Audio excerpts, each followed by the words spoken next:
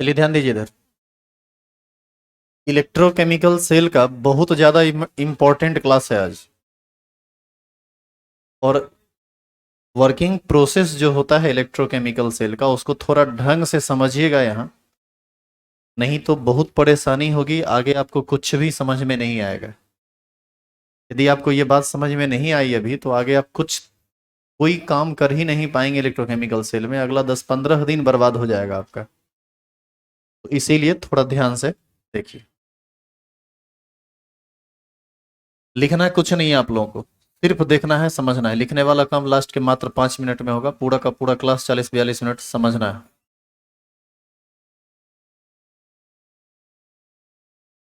देखो, electrochemical cell में सबसे पहले हम एक बर्तन लेते हैं। इसमें आप क्या कीजिए, थोड़ा सा इसको थोड़ा बड़ा बना देते हैं, क्योंकि ये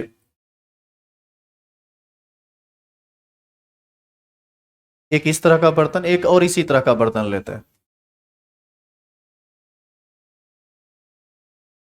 इसमें भी हम पानी भर लेते हैं और इसमें भी हम पानी भर लेते हैं। सुनिएगा, देखिएगा कैसे इलेक्ट्रोकेमिकल से कैसे बनता है, उसका क्या वर्किंग प्रोसेस है, इन सब बातों को। अब देखो, इसमें क्या करो तुम, इसमें एक रॉड डाल दो जिंक का। ये कौन सा रॉड डाला गया है? ये जिंक रॉड है। यदि तुम इस बर्तन में जिंक का रॉड डाले हो, तो कोई ऐसा लवण डालो, कोई ऐसा साल्ट डालो जो अंदर में Zn++ आयन को ला दे, जैसे ZnSO4। ZnSO4 कैसे टूटता है बाबू? Zn++ में और SO4 2- में। तो आप इसमें डाल दीजिए ZnSO4। मतलब हम ये कहना चाह रहे हैं कि इस पानी में एक ऐसा आयन हमको चाहिए ही चाहिए जो रॉड का आयन हो। मतलब जिंक का रॉड डाले हैं तो जिंक का आयन चाहिए, यदि हम कॉपर रॉड डालते हैं तो कॉपर का आयन चाहिए। इलेक्ट्रोड इसी व्यवस्था में बनाई जाती है। और ऐसा क्यों किया जाता है, आप इलेक्ट्रोड जब समझेंगे या अर्धसेल जब समझेंगे तो आपको ज़्यादा बेहतर ये बात समझ में आएगी। चलिए, इसमें हमने क्या क्या डाला, जिंक का रॉड और ZnSO4 इसमें हम क्या करते हैं, इसमें डालते हैं कॉपर का रॉड। तो बताइए कि यदि आप यहाँ कॉपर का रॉड डाले हैं तो यहाँ क्या डालना पड़ेगा? कॉपर वाला आयन। कॉपर का आयन यदि लाना चाहते हैं तो कोई लवण डाल दीजिए कॉपर का, जैसे CuSO4 डाल दीजिए। ये टूटता है कैसे? Cu++ में और SO4-। देखो, सच्चाई ये है कि यहाँ पर SO4-, का कोई काम नहीं है, यहाँ भी SO4-, का कोई काम नहीं है। काम है कॉपर रॉड का और Cu++ का, और यहाँ काम है जिंक रॉड का और Zn++ का। लेकिन दिक्कत क्या है कि आप सिर्फ Zn++ को थोड़े डाल सकते हैं। आप जब भी डालिएगा तो एक यौगिक डालिएगा जो टूटेगा धनायन और ऋणायन में। तो ऐसी स्थिति में हमारी मजबूरी है कि बर्तन में SO4-, भी रहेगा। ये कौन सा रॉड है? ये कॉपर रॉड। अब जानिए, जब आप ये इस तरह की व्यवस्था बनाते हैं कि आप धातु के रॉड को उसी के आयन वाले सॉल्यूशन में डालते हैं ना, तो इसी को इलेक्ट्रोड कहा जाता है। तो चूंकि इसमें आप जिंक रॉड डाले हैं तो इसी को हम कहेंगे जिंक इलेक्ट्रोड।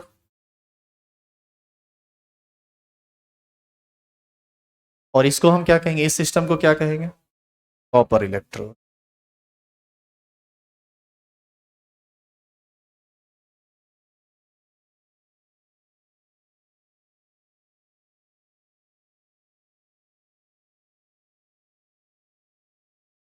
अब आगे की बात सुनिए। अब आपको क्या करना है, यहां से एक वायर निकालिए, इससे स्विच को जोड़िए। आगे आप वोल्ट मीटर लगाइए, वोल्ट मीटर को हम लोग V से सूचित करेंगे। और यहां से आगे बढ़ते हुए इसको इससे जोड़ दीजिए।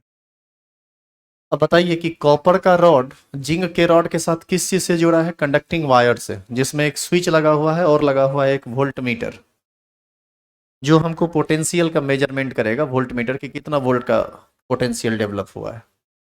अब आगे की बात सुनेंगे। देखो यहां पर इस रॉड पर और इस रॉड पर इसके अंदर क्या हुआ नहीं हुआ उसके बाद उसका डिटेल तो आपको बाद में पता चलेगा। अभी ये देखिए सर्किट पूरा नहीं है क्योंकि स्विच ऑफ है। स्विच ऑफ है तो वो अलग है दोनों। हमको क्या करना है, आप याद कीजिए कल जो रिएक्शन था वो रिएक्शन क्या था, पिछला क्लास जो आप किए हैं उसमें रिएक्शन हमने क्या पढ़ा था, एडहेंस सॉलिड ये रिएक्शन करता है किसके साथ, Cu प्लस प्लस के साथ। कन्वर्ट किस में करता है, एडहेन प्लस प्लस में, और कन्वर्ट करता है Cu सॉलिड में। यही वाला ना रिएक्शन था। आपने देखा था इसमें कि जेडहेन 2 इलेक्ट्रॉन को देता है और कन्वर्ट करता है किस में, जेडहेन प्लस प्लस में।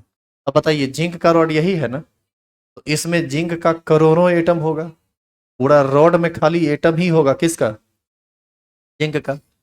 अच्छा ये बताइए ये कॉपर का रॉड है, इसमें एटम होगा किसका, कॉपर का। अब देखिए इस सॉल्यूशन में Cu प्लस प्लस आयन है और यहाँ पर Zn प्लस प्लस आयन। तो जो जो चीज इस रिएक्शन में है वो कहीं ना कहीं डायरेक्ट इनडायरेक्ट रूप में अवेलेबल है। अब ये कैसे काम करेगा आप इसको आगे देखिए। Zn क्या किया है, 2 इलेक्ट्रॉन दिया है और कन्वर्ट किया है किसमें, Zn प्लस प्लस में, और वो 2 इलेक्ट्रॉन ग्रहण किया है कौन, Cu plus plus. Cu plus plus इस बर्तन में कहाँ है, इस बर्तन में, और जिंक कहाँ है, इस बर्तन के इस रॉड में। इसका मतलब है कि जो इलेक्ट्रॉन इसको मिलेगा वो इसी वायर के थ्रू ना उधर से जाके मिलेगा। तो ऐसी स्थिति में हम ये देख पा रहे हैं कि जिंक का ऑक्सीडेशन हो रहा है। Zn यहाँ पर न्यूट्रल है और यहाँ Zn पर चार्ज कितना है, 2 पॉजिटिव। इसका मतलब है कि ये 2 इलेक्ट्रॉन निकाला है।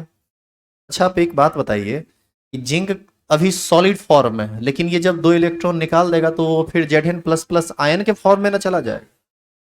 तो ये वाला जो काम है जिंक से Zn प्लस प्लस बनने वाला काम वो इस रॉड पर होगा। और देखिए इस रॉड पर ये क्या क्या करेगा आप उस बात को समझिए। यहां पर देखिए इस जगह पर ये जो जिंक का रॉड है इसका एटम कन्वर्ट करेगा Zn प्लस प्लस में, और ये आयन तुरंत कहाँ गिरेगा, पानी में, क्योंकि आयन का एग्जिस्टेंस ही कहाँ होता है, वाटर में। और साथ साथ ये निकालेगा कौन चीज, 2 इलेक्ट्रॉन। ये 2 इलेक्ट्रॉन पानी में नहीं जाएगा बल्कि ये इस रॉड पर चढ़ जाएगा, और ये इलेक्ट्रॉन इस रॉड पर चढ़ेगा, इसीलिए इस रॉड पर चार्ज कैसा डेवलप करेगा, निगेटिव। लेकिन ये तब होगा जब आप स्विच को ऑन करें। अब देखिए इलेक्ट्रॉन क्या हुआ कि ये मेटालिक वायर है, इलेक्ट्रॉन आराम से इसमें मूव कर सकता है। ये कंडक्टिंग वायर है, इलेक्ट्रॉन आराम से आगे बढ़ सकता है।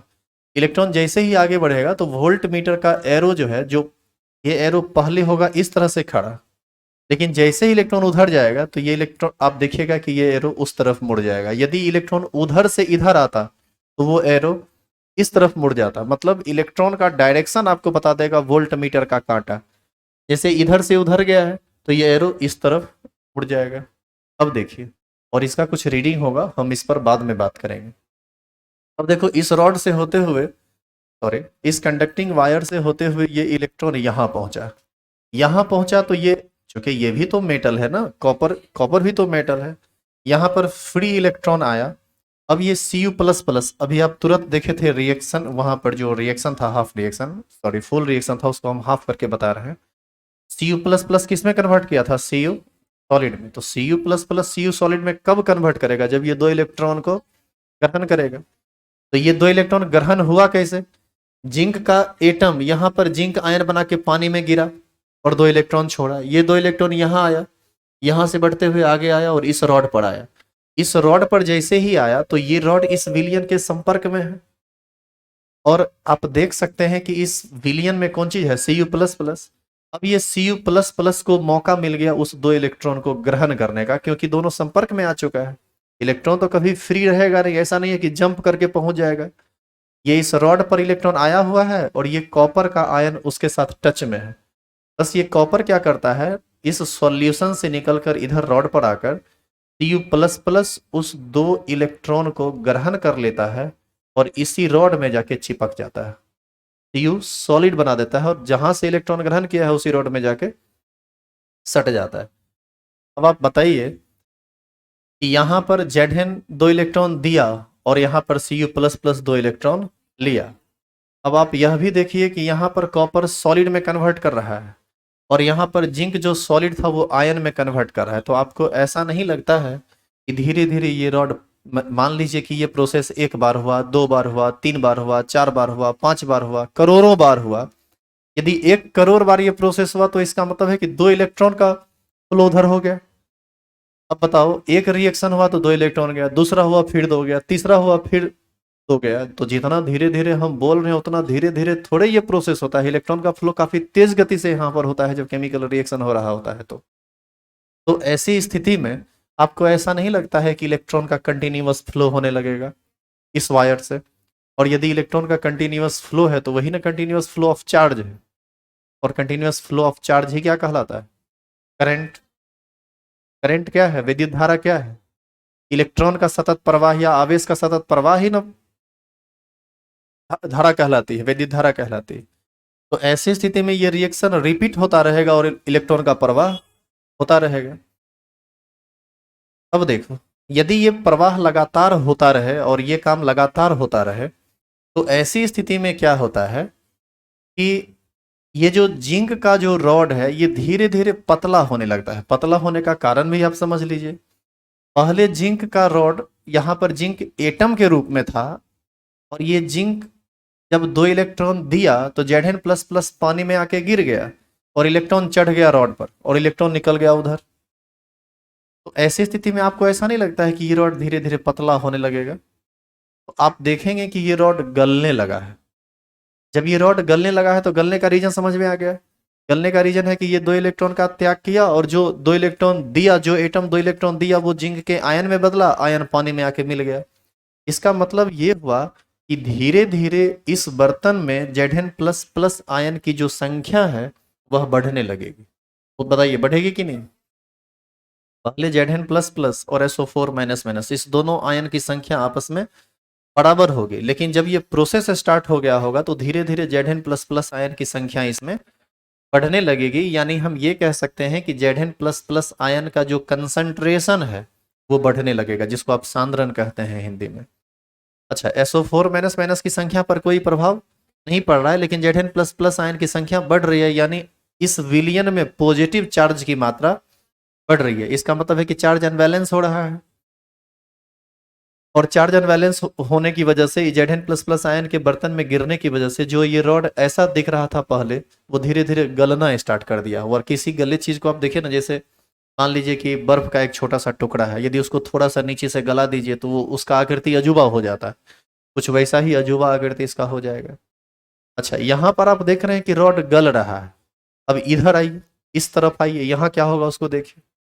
यहाँ पर Cu++ आयन बर्तन में घूम रहा था। CuSO4 डालने की वजह से ही ना Cu++ आया था इसमें।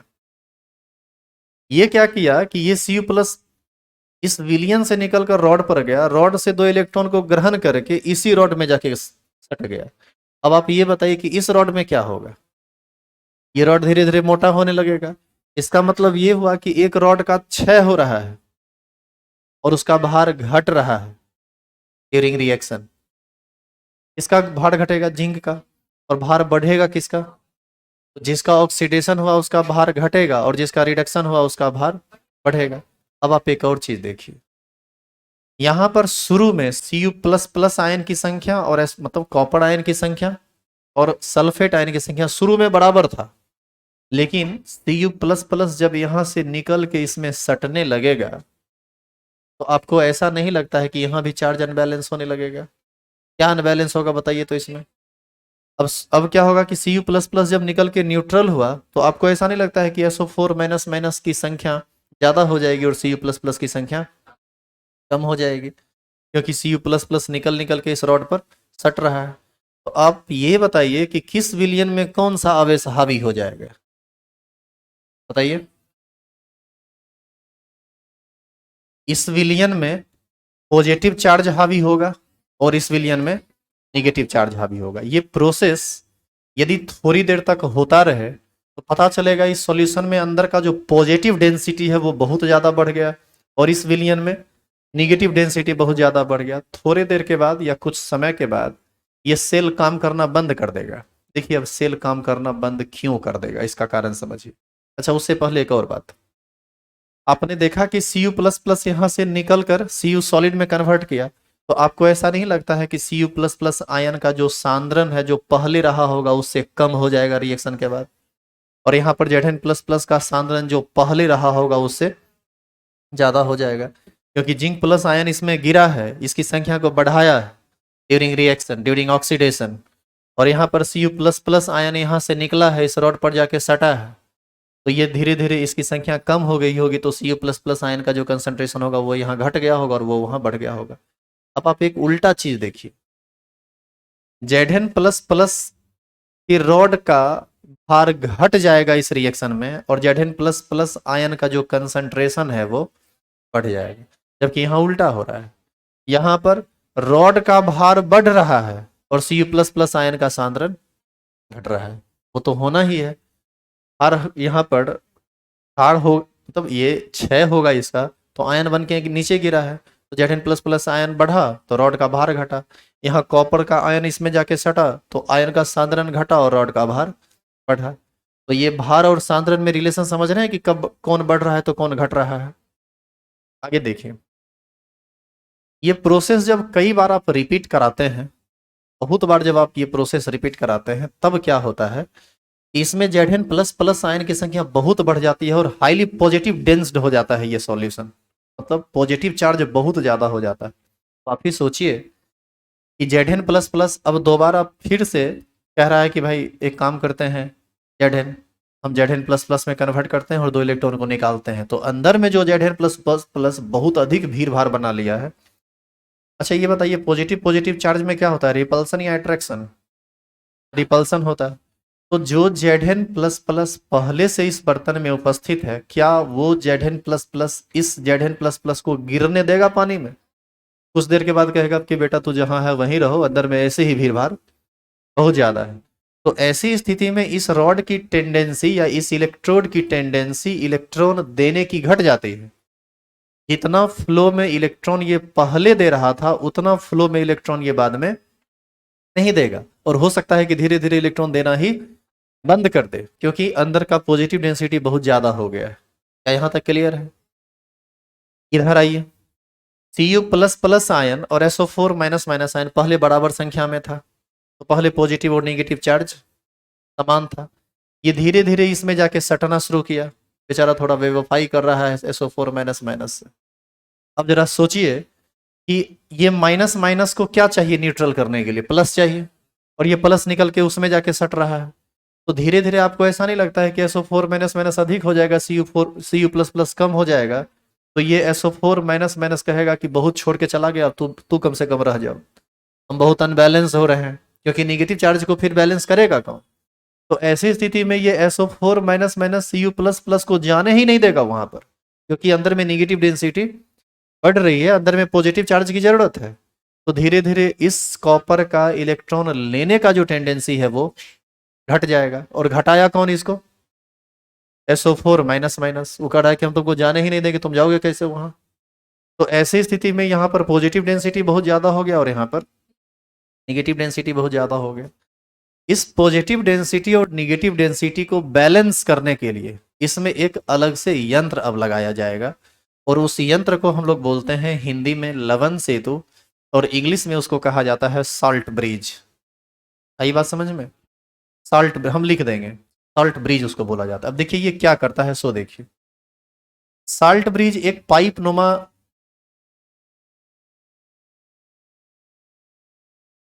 इस टाइप इस आकृति का एक छोटा सा डिवाइस होता है। इसके ठीक नीचे यहां पर देखिएगा थोड़ा ध्यान से, इस जगह पे एक छोटा सा होल होता है, एकदम छोटा सा होल, और इसमें एक इस तरह का जाली टाइप का कुछ लगा होता है, और इस बर्तन में भर दिया जाता है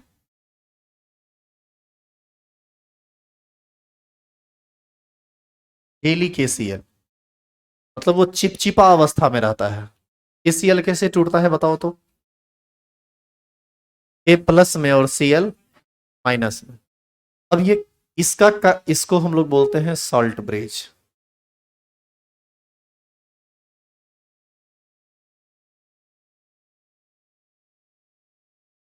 हिंदी में इसको बोला जाता है लवन सेतु। अब लवन सेतु क्यों इसको बोला जाता है यह भी समझो। सबसे पहले तो ये पुल का काम कर रहा है, सेतु का काम कर रहा है, देख रहे हैं, इसको इससे कनेक्ट कर रहा है, इसलिए सेतु कहलाया। और लवन सेतु इसलिए कहलाया क्योंकि इस अंदर खाली पाइप में जेली केसीएल एक लवण भरा होता है, और यह एक ऐसा लवण भरा होता है जो अंदर के किसी भी चीज के साथ रिएक्शन ना करे। यदि रिएक्शन करने लगेगा तो फिर तीसरे खेलने स्टार्ट हो जाएगा जी, फिर इलेक्ट्रॉन का फ्लो नहीं होगा, केमिकल रिएक्शन से करंट करंट बनेगा नहीं फिर वहां। तो अंदर में एक ऐसा लवण लिया जाता है, या एक ऐसा लवण लिया जाता है जिसका धनायन और ऋणायन अंदर के किसी भी चीज के साथ अभिक्रिया ना करे। अब इसका उपयोग देखिए ये क्या है। ये प्लस में टूटेगा, ये Cl माइनस में टूटेगा। आप ये बताओ कि इस रॉड, इस विलियन में कौन सा डेंसिटी ज्यादा हो गया है? पॉजिटिव डेंसिटी ज्यादा हो गया, तो ये Cl माइनस सारा का सारा इधर भागता है। ये सब का सब Cl माइनस जब इधर आएगा तो बताइए Zn प्लस प्लस जिसकी संख्या बहुत ज्यादा यहां हो गई है, जो इस रॉड को चारों तरफ से घेर लिया और कह रहा है कि हम अब Zn प्लस प्लस को आने ही नहीं देंगे, ये सारा का सारा Zn प्लस भाग जाएगा इस छोर पर, और ये इस डायरेक्शन में लगेगा कि वो सिमट के रह गया है, क्योंकि Cl माइनस माइनस ढेर सारा नेगेटिव चार्ज ना आया है। तो नेगेटिव चार्ज के पीछे भागेगा कौन? Positive charge. पूरे विलियन का पॉजिटिव चार्ज इधर भाग जाता है, और यहाँ का जो जगह है वो खाली हो जाता है। जैसे ही जगह खाली होता है, बस ये जो रॉड है ये आराम से फिर से इलेक्ट्रॉन का त्याग करना शुरू कर देता है, और इलेक्ट्रॉन का फिर से त्याग होगा तो पोटेंशियल डेवलप होता रहेगा। इलेक्ट्रॉन उधर से आया, और इधर देखिए क्या होता है। इधर बताइए तो इस लवन सेतु से इधर कौन भागेगा? के प्लस। यदि ये के प्लस इधर आके जमा हो तो बताइए SO4 माइनस माइनस कौन समेट लेगा? वो। इस माइनस माइनस को क्या चाहिए था? Positive charge. ये पॉजिटिव चार्ज किस चीज से मिल जाएगा उसको? के प्लस से। तो ये सारा का सारा SO4 माइनस माइनस इसको छोड़ के वहां भागता है। जैसे ही इसको छोड़ के वहां भागता है, Cu प्लस प्लस आसानी से फिर से उस इलेक्ट्रॉन को ग्रहण करके फिर से सॉलिड में कन्वर्ट कर जाता है। इस हिसाब से ये प्रोसेस लगातार चलता रहता है, और यदि ये पूरा का पूरा रॉड का क्षय हो जाए तो फिर जाके ऐसा नहीं है कि अब सातों जन्म तक ये प्रोसेस होता ही रहेगा, अरे कभी तो ये रॉड खत्म होगा। दूसरी बात है कि सॉल्ट ब्रिज एक लिमिट तक ही ना संभालेगा आयन को, लेकिन कुछ समय यूज करने के बाद एक बार फिर से ये सेल डेड हो जाता है। यहाँ पर वोल्ट मीटर एक बार फिर से बिल्कुल परपेंडिकुलर खड़ा हो जाएगा, क्योंकि वहाँ इलेक्ट्रॉन का कोई फ्लो नहीं हो रहा है। तो इलेक्ट्रॉन का जब तक फ्लो होता रहेगा और जिस पोटेंशियल से फ्लो होता रहेगा वो आपको रीडिंग देता रहेगा। तो अब आप ये बताइए कि इलेक्ट्रॉन को जाते हुए आप देख नहीं सकते हैं, इलेक्ट्रॉन को आते हुए हम नहीं देख सकते हैं, लेकिन ये जो तीर है ये तीर हमको बता देगा कि इलेक्ट्रॉन किधर से निकला है और किधर जा रहा है। तो बताइए किधर से निकला है? इस इलेक्ट्रोड से निकला है, एडन इलेक्ट्रोड से निकला है। गया किस तरफ है? कॉपर की तरफ। तो बताइए कि इलेक्ट्रॉन का त्याग कौन किया? जेडन त्याग किया। और इलेक्ट्रॉन को ग्रहण कौन किया? कॉपर। जहां पर त्याग हुआ वहां पर रिएक्शन कौन सा हुआ? ये जेडन का सॉलिड था, ये कन्वर्ट किया जेडन प्लस प्लस में और 2 इलेक्ट्रॉन में। बताइए हाँ या ना। तो आप ये बताओ कि ये ऑक्सीडेशन का रिएक्शन है या रिडक्शन का रिएक्शन? बिल्कुल सही, ये ऑक्सीडेशन का रिएक्शन है। इसी को हम लोग ऑक्सीकरण अर्ध अभिक्रिया कह सकते हैं। तो हम इसको बोलते हैं ऑक्सीडेशन। बोलिए क्या बोलेंगे? Oxidation half reaction. चलिए बहुत अच्छा। यहां पर कौन सा हाफ रिएक्शन हुआ है? यहां पर Cu प्लस प्लस 2 इलेक्ट्रॉन को ग्रहण किया है। Cu प्लस प्लस यहां पर रॉड में जो इलेक्ट्रॉन आया था उसी को ना ग्रहण किया था, और ये कन्वर्ट कर गया था किसमें? Cu solid. तो आप ये बताइए कि ये इलेक्ट्रॉन देने वाला प्रोसेस है या इलेक्ट्रॉन लेने वाला प्रोसेस? इलेक्ट्रॉन लेने वाला प्रोसेस है। ये ऑक्सीडेशन हुआ या रिडक्शन हुआ? ये रिडक्शन हुआ। तो क्या इसको रिडक्शन हाफ रिएक्शन हम कह सकते हैं? ये कहला गया रिडक्शन हाफ रिएक्शन। अभी कुछ नहीं लिखेंगे, अभी बस सुनते रहिए, अभी बहुत बात है इसमें बचा हुआ। अब आप लोग बैटरी के लिए एक टर्म सुनते होंगे, एक होता है एनोड और एक होता है कैथोड। ये वर्ड जरूर आप सुने हो। तो अब आप थोड़ा एनोड और कैथोड को समझ भी लीजिए कि क्या होता है एनोड और कैथोड, और इसका कंसेप्ट हर जगह समान है, चाहे आप इलेक्ट्रोलाइटिक सेल पढ़ रहे हो या इलेक्ट्रोकेमिकल सेल पढ़ रहे हो। सुनिए, हम उस इलेक्ट्रोड को एनोड कहते हैं जहां पर ऑक्सीकरण अर्ध अभिक्रिया होती है। यहां पर कितना इलेक्ट्रोड आपको दिख रहा है? दो, एक कॉपर इलेक्ट्रोड और दूसरा, एक जिंक इलेक्ट्रोड और दूसरा कॉपर इलेक्ट्रोड। तो ऑक्सीकरण अर्ध अभिक्रिया कहां हो रहा है? जिंक पर। तो इस इलेक्ट्रोड को यानी जिंक इलेक्ट्रोड को ही क्या कहा जाएगा? इसी को कहा जाएगा एनोड। एनोड को हिंदी में भी हम एनोड ही कहते हैं, तो उसको हिंदी में हम लिखेंगे नहीं, आप इंग्लिश में कर सकते हैं। जहां पर रिडक्शन अर्ध मतलब रिडक्शन हाफ रिएक्शन हो, अवकरण अर्ध अभिक्रिया हो, इसी को हम लोग बोलते हैं कैथोड। तो इसको हम क्या बोल देंगे? आप ये बताइए कि यदि ये निगेटिव चार्ज इलेक्ट्रोड है, क्योंकि इधर से इलेक्ट्रॉन निकला है, तो ये कैसा चार्ज इलेक्ट्रोड होगा? Positive charge. ये कैसा होगा? Negative charge. तो जानिए आप, इलेक्ट्रोकेमिकल सेल में निगेटिव चार्ज इलेक्ट्रोड को ही क्या कहा जाता है? एनोड। और पॉजिटिव चार्ज इलेक्ट्रोड को ही क्या कहा जाता है? कैथोड। तब तो ऐसी स्थिति में एनोड के जगह पर हम चाहते तो लिख सकते थे निगेटिव इलेक्ट्रोड, और इधर क्या लिख सकते थे? Positive electrode. अब यहाँ नीचे जगह नहीं बन रहा है तो हम बगल में लिख देते हैं। आप जब उतार रहे होंगे तो एनोड के ठीक नीचे में आप क्या लिख लीजिएगा? Positive electrode. और एनोड के नीचे में क्या लिख लीजिएगा? Negative electrode. समझ में आया कि ये कहाँ लिखना है? तो अभी के बाद, अभी और एक बात है, सुनिए पहले। अभी के बाद हम एनोड कहें, निगेटिव इलेक्ट्रोड कहें, ये दोनों एक ही बात है। किसके लिए? इलेक्ट्रोकेमिकल सेल के लिए। और सुनिए, ऑक्सीडेशन हाफ रिएक्शन में यहां हुआ है, इस इसको हम कहेंगे एक पूरा का पूरा सेल। इसको कहा जाता है इलेक्ट्रोकेमिकल सेल। यदि आधा आधी हम इसको बांट दें तो एक अर्ध सेल ये हुआ और एक अर्ध सेल ये हुआ। यह वह अर्ध सेल है जहां पर ऑक्सीकरण अर्ध अभिक्रिया हो रही है, इसीलिए इसको कहा जाता है ऑक्सीकरण अर्ध सेल, और इसको कहा जाता है अवकरण अर्ध सेल। हम एक काम करते हैं, इसको आगे के पेज में लिख देते हैं, जो कि और भी बातें यहां लिखना है, अट नहीं रहा है ये। तो यहां पर एनोड के ठीक नीचे हमको क्या लिखना है? Negative electrode. और वहां कैथोड के ठीक नीचे क्या लिखना है? समझ रहे हैं ना ये सब कहाँ लिखाएगा? बाद में गलती मत कर दीजिएगा। जहां पर ऑक्सीकरण अर्ध अभिक्रिया हुआ उसी को हम लोग, उस सेल को, उस अर्ध सेल को हम लोग कहेंगे ऑक्सीकरण अर्ध सेल। तो इसको हम इंग्लिश में क्या लिखेंगे बताओ? Oxidation of cell. और इधर को क्या बोलेंगे? Reduction of. क्या कोई दिक्कत है इसमें? अब यदि आपसे कोई पूछे कि एनोड की क्या परिभाषा है या कैथोड की क्या परिभाषा है, बताइए क्या परिभाषा देंगे? एनोड की परिभाषा बताइए सबसे पहले। वह इलेक्ट्रोड जहां ऑक्सीकरण अर्ध अभिक्रिया होती है उसे हम एनोड कहते हैं, और वह इलेक्ट्रोड जहां अवकरण अर्ध अभिक्रिया होती है उसे हम कैथोड कहते हैं। कल आपको बताया गया था कि ऑक्सीकरण होना या सिर्फ अवकरण होना ये आधा बात, पूरा बात क्या है? ऑक्सीकरण और अवकरण दोनों हो, मतलब कोई इलेक्ट्रॉन का त्याग किया है तो निश्चित है कि वह इलेक्ट्रॉन ग्रहण भी हुआ होगा, क्योंकि इलेक्ट्रॉन तो फ्री स्टेट में रहेगा नहीं कि कोई त्याग दिया तो इलेक्ट्रॉन खाली स्थान में घूम रहा है, ऐसा तो कुछ नहीं होना है।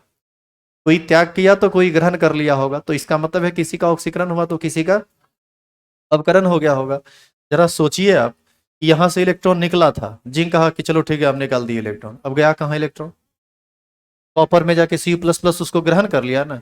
यदि आप ये वायर काट दीजिए तो ये प्रोसेस यहीं पर रुक जाएगा। क्यों रुक जाएगा? क्योंकि आगे इलेक्ट्रॉन का कोई जगह ही नहीं है, मीडियम ही नहीं बन रहा है, इलेक्ट्रॉन लेने वाला ही कोई नहीं है। ये इलेक्ट्रॉन दिया है इसीलिए ये इलेक्ट्रॉन लिया है, या ये इलेक्ट्रॉन लिया है इसीलिए ये इलेक्ट्रॉन दिया है। तो दो में से कोई एक बात बोलेंगे तो अधूरा बात होगा, तो पूरा बात कब होगा? जब दोनों को हम आपस में मिला दें तब। तो ये पूरा का पूरा कहलाएगा इलेक्ट्रोकेमिकल सेल। तो इसके ठीक नीचे में आपको यहां पर लिखना पड़ेगा जो आप अभी पढ़ रहे थे, यही बनावट है इलेक्ट्रोकेमिकल सेल का। क्या उम्मीद करें कि आप सारी बात को यहां तक समझ चुके हैं? आगे सुनिए। हम लिखते हैं, फोटो बनाने में टाइम लगेगा और टाइम उतना नहीं है। चलिए देखिए इधर, यहां लिखते हैं हाफ सेल। इसको हिंदी में क्या बोलेंगे? अब देखो, हम जब अर्ध सेल बोले तो वो निश्चित है कि या तो हम एनोड की बात करेंगे, नहीं तो हम कैथोड की बात करेंगे। अवकरण अर्ध सेल या ऑक्सीकरण अर्ध सेल की बात करेंगे। तो हम सबसे पहले बात करते हैं और जिंक इलेक्ट्रोड। आप ये बताइए कि हम यहाँ पर दो काम करते हैं, एक लिखते हैं बिफोर रिएक्शन और एक लिखते हैं आफ्टर रिएक्शन। यदि हम आपसे ये कहें कि हमने जिंक का रॉड शुरू में, वेट ऑफ जिंक शुरू में हमने लिया था 10 ग्राम, तो बताइए आफ्टर रिएक्शन जिंक का जो वेट होगा वो 10 ही ग्राम होगा या कम ज़्यादा होगा? कम ज़्यादा होगा। तो हम after reaction weight of zinc जो भी लिखें वो 10 ग्राम से कम लिखेंगे। मान लेते हैं हम कि 2 ग्राम गल गया, पानी में गिर गया वो आयन बन के, तो बाद में वेट ऑफ जिंक घटेगा कि नहीं घटेगा? तो ये बताइए, इस चैप्टर में कहीं भी हम स्क्वायर ब्रैकेट के अंदर इस तरह से जैसे Zn++ आयन लिखें तो इसको आप पढ़ेंगे जिंक, जिंक का Zn++ आयन का सांद्रण, इसको बोलेंगे कंसंट्रेशन ऑफ Zn++। मान लीजिए कि शुरू में, अरे मोलरिटी पढ़े थे आप, बस वही गाढ़ापन आप जिसको कह रहे हैं। मान लीजिए शुरू में इसका जो कंसंट्रेशन था वो 1 m था, यानी 1 मोल/लीटर था। तो बताइए कि आफ्टर रिएक्शन ये कंसंट्रेशन Zn++ का बढ़ गया होगा या घट गया होगा? बोलिए। बढ़ गया होगा। अब देखिए ना, 10 ग्राम से 8 ग्राम हुआ, उसका मास घटा तो कंसंट्रेशन बढ़ा होगा। तो हो सकता है कि ये कितना हो गया हो, 1.5 या 2 m। अरे अपने मन से ही कोई डाटा हम मान रहे हैं ताकि आपको ये समझ में आ जाए कि कब वेट बढ़ता है घटता है, कब सांद्रण बढ़ता है और घटता है। तो यहाँ जो ये सब हुआ है, ये हुआ ही क्यों है? यदि हम इस बात को समझें तो ये इसलिए हुआ है क्योंकि Zn सॉलिड कन्वर्ट किया है Zn++ प्लस 2 इलेक्ट्रॉन में। क्योंकि यह ऑक्सीडेशन है, ऑक्सीडेशन ऑफ रिएक्शन है, इसीलिए हम इसको कह सकते हैं एनोड, और इसी को हम कह सकते हैं निगेटिव इलेक्ट्रोड।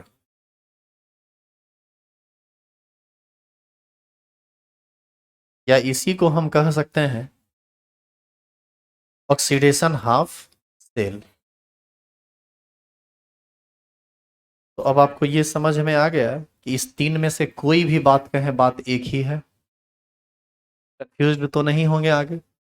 और आगे हम यदि बात करें इसके लिए, और कॉपर इलेक्ट्रोड, दो इलेक्ट्रोड था ना जी, एक जिंक का और दूसरा कॉपर का। तो यहां भी कॉपर क्या किया था, ये Cu++,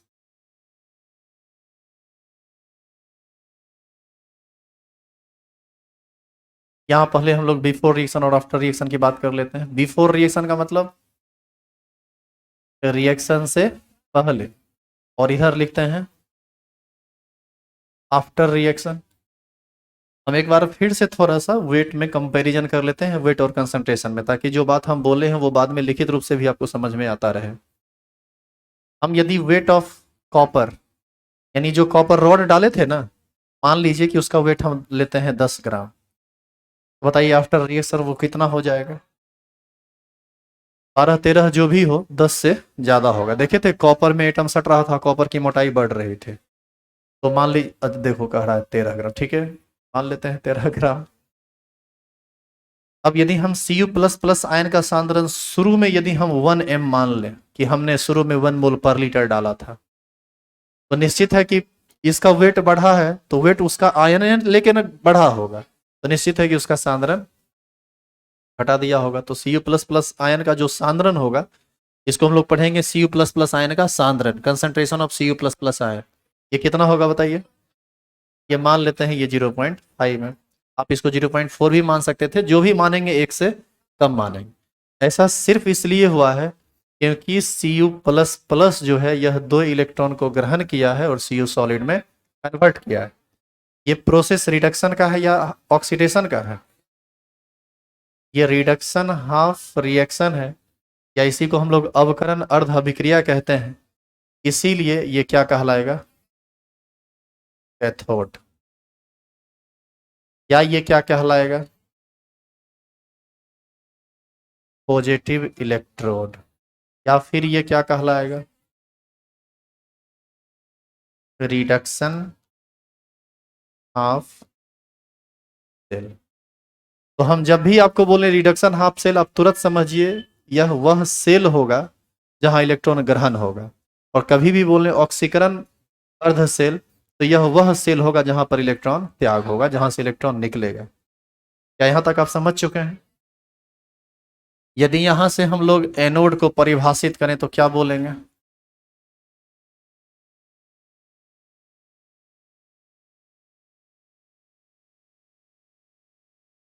क्या बोलेंगे बताइए? वह इलेक्ट्रोड जहां ऑक्सीकरण अर्धाभिक्रिया होती है उसे एनोड कहते हैं। और बाद में फिर हम किसको डिफाइन करेंगे? कैथोड को। कैथोड को इंग्लिश में कैथोड ही कहा जाता है।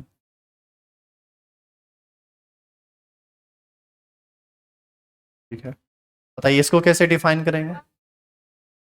वह इलेक्ट्रोड जहां पर अवकरण अर्धाभिक्रिया होती है उसे कैथोड कहते हैं। समझ में आया पूरा का पूरा वर्किंग प्रोसेस? अब आप पूरा का पूरा बात ये समझिए कि हमने कल आपको कहा था ना कि आप रिएक्शन क्या करवाए थे, याद कीजिए। Zn plus C U plus plus, ये कन्वर्ट किया था किस में? Zn प्लस प्लस में और सी यू सॉलिड। आप याद कीजिए, हमने कहा था आपको कि आप इस रिएक्शन को दो तरह से करा सकते हैं। बताइए कैसे कैसे? या तो जिंक को Cu प्लस प्लस से डायरेक्ट टच में ला दीजिए। आप एक ही बर्तन में क्या कीजिए, Zn प्लस प्लस रख दीजिए, उसमें कॉपर, एक ही बर्तन में Cu प्लस प्लस रख दीजिए और उसमें जिंक का रॉड डाल दीजिए। ये बात पिछला दिन हुआ था। लेकिन हमने कहा था कि ये डायरेक्ट रेडॉक्स रिएक्शन है, इसमें केमिकल एनर्जी कन्वर्ट कर जाता है हीट एनर्जी में। लेकिन आपने आपको हमने कहा था कि जिंक और कॉपर को बिना सटाए भी केमिकल रिएक्शन कराया जा सकता है। थोड़ा गौर से देखिए तो, जिंक का रॉड यहाँ पर है और कॉपर का आयन यहाँ है, क्या दोनों एक दूसरे के टच में डायरेक्ट आया है? नहीं आया, ये वायर के थ्रू टच में आया। इसी वजह से यहाँ पर इलेक्ट्रिसिटी जनरेट हो गई केमिकल रिएक्शन से। समझ में आया कि कोई केमिकल रिएक्शन कैसे इलेक्ट्रिसिटी को जनरेट कर देता है? छापना शुरू कर दीजिए।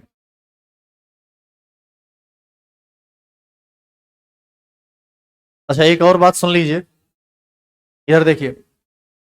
इलेक्ट्रॉन इधर से निकला, एरो इधर मुड़ा, एरो इधर मुड़ा, ये बता रहा है कि ये इलेक्ट्रॉन निकाल रहा है और ये इलेक्ट्रॉन ग्रहण कर रहा है। तो जब हम सुनिएगा, जब हम लैब में इस पर काम करते हैं तो इलेक्ट्रॉन हमको दिखता नहीं है। तो यही हमको बता देता है कि ये इलेक्ट्रॉन दिया है और ये इलेक्ट्रॉन लिया है। और सुनिएगा, ये जरूरी नहीं है कि इलेक्ट्रॉन हमेशा इधर से ही निकले।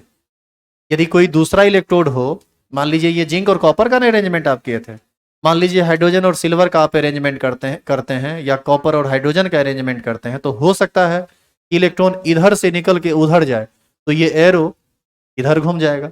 वोल्ट मीटर कैसा चीज होता है ये समझो। वोल्ट मीटर सुनिए, किधर यहाँ होता है जीरो, इधर भी एक होता है, इधर भी एक होता है, इधर भी दो होता है, इधर भी दो होता है, इधर तीन होता है, इधर भी तीन होता है। जब पोटेंशियल जीरो रहेगा तो ये बिल्कुल कांटा बिल्कुल ऊपर रहेगा। और इलेक्ट्रॉन यदि उधर से निकल के 2 वोल्ट का पोटेंशियल डेवलप कर रहा है, उधर से निकल के इधर आ रहा है, तो ये एरो इधर मुड़ जाएगा। और इधर से निकल के उधर जाके यदि 2 वोल्ट का पोटेंशियल डेवलप कर रहा है, तो ये एरो उधर चला जाएगा। चूंकि इलेक्ट्रॉन उधर से इधर फ्लो करे या उधर से इधर फ्लो करे, इलेक्ट्रिसिटी तो जनरेट हो रही है। उतारेंगे इसको।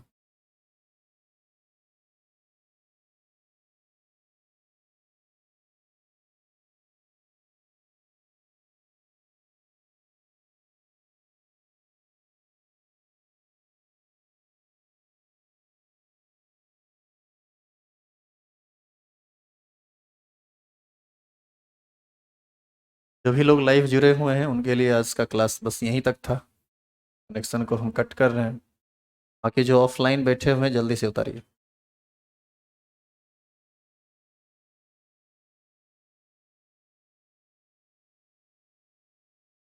इस चैप्टर का पूरा वीडियो चाहिए तो यूट्यूब लिंक पड़ जाएगी।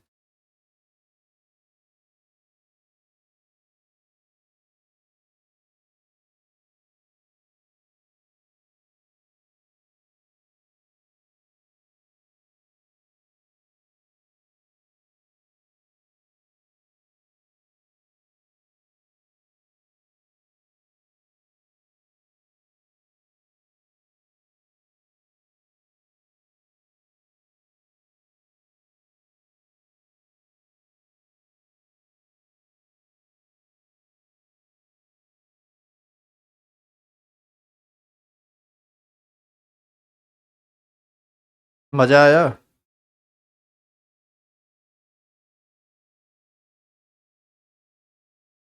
अब देखो, जो आदमी इस फिगर को, इसके अंदर के सारे प्रोसेस को, हर बात को समझ लिया, हम गारंटेड लिख के दे सकते हैं कि तुमको पूरे चैप्टर में जो इलेक्ट्रोकेमिकल सेल का बात अगला 15-20 दिन तक होगा उसमें रत्ती भर समस्या नहीं होगी, बशर्ते कि तुम रेगुलर रहो, चीजों को और ढंग से समझो।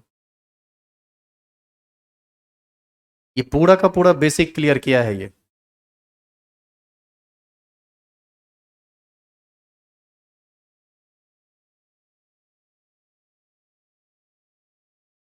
अच्छा, कोई आपसे पूछे कि लवन सेतु का क्या काम है, तो बताइए तो क्या काम है। लवन सेतु दोनों अर्ध सेल में इलेक्ट्रिकल न्यूट्रलिटी को मेंटेन करता है, मतलब दोनों अर्ध सेल में वैद्युत उदासीनता को बनाए रखता है। एक बार क्वेश्चन भी पूछा है, लवन सेतु क्या है, वैद्युत रासायनिक सेल में इसका क्या उपयोग है। तो हम कहेंगे कि लवन सेतु एक छोटा सा यंत्र है जिसमें एक ऐसा लवन भरा होता है जो वैद्युत रासायनिक सेल के किसी भी स्पेसीज के साथ रासायनिक अभिक्रिया ना करे।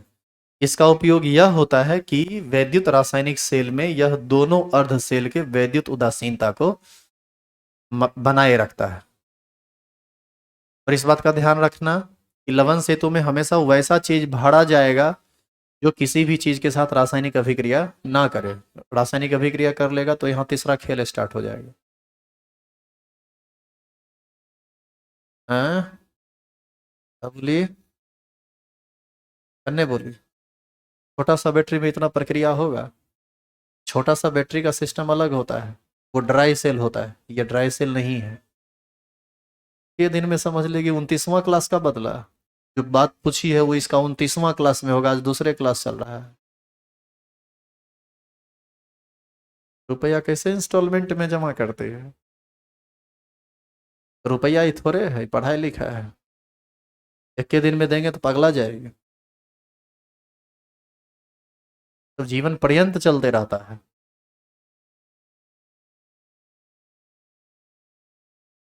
चेंज करें इसको? अब जिसका नहीं हुआ बाद में उतारना, फटाफट आगे लिखो। कट।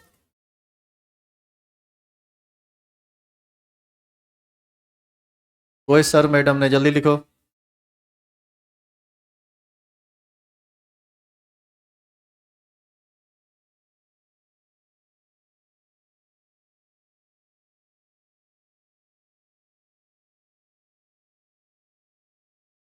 अभी ये फेसबुक पर लाइव था क्लास। हाँ, यूट्यूब पर लाइव नहीं था, फेसबुक पर लाइव था।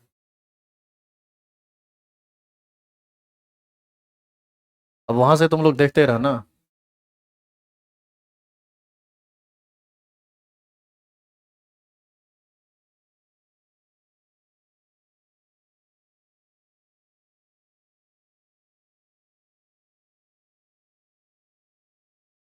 देखो यहाँ एनोड के और कैथोड के नीचे में जो नाम लिखे थे वही इन दोनों लिखा हुआ है। ये इलेक्ट्रोकेमिकल सेल जो है ना, ये बनावट है, वो एक्चुअल में फोटो के नीचे में लिखा था, लेकिन उतना जगह वहां था नहीं तो इधर लिखना पड़ा मजबूरी में। अरे तुम्हारा इलेक्ट्रोकेमिकल, तुम्हारा बैटरी तिरछा हो गया। लाइन सीधा खींचा कीजिए, बहुत गंदा फोटो लग रहा है। आगे से ध्यान रखा रखा कीजिए।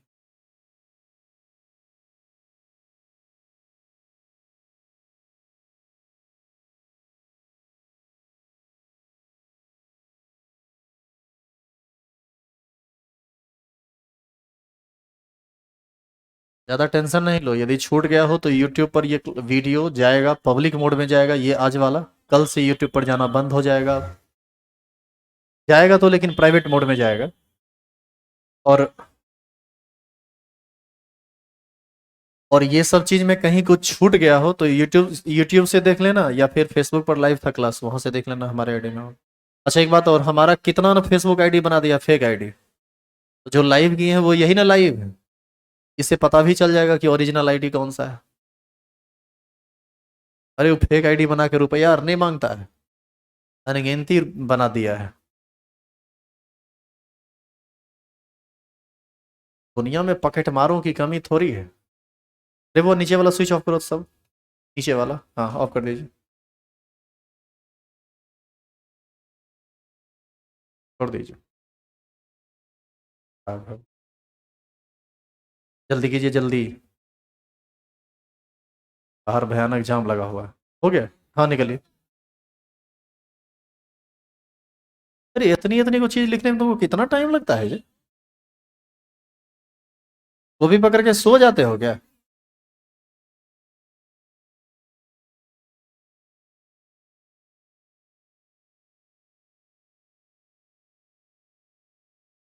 बोले थे ना पूरा का पूरा क्लास लग जाएगा एगो फोटो में खाली।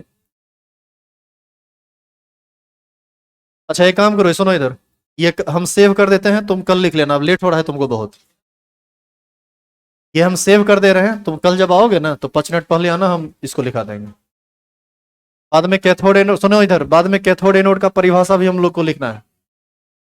एनोड का परिभाषा, वह इलेक्ट्रोड जिस पर ऑक्सीकरण अर्ध अभिक्रिया होती है उसे एनोड कहते हैं, और कैथोड की परिभाषा वह इलेक्ट्रोड जिस पर अवकरण अर्ध अभिक्रिया होती है उसे कैथोड कहते हैं। इसको हम सेव कर दे रहे हैं, कल आइएगा तो सवेरे लिख लेंगे।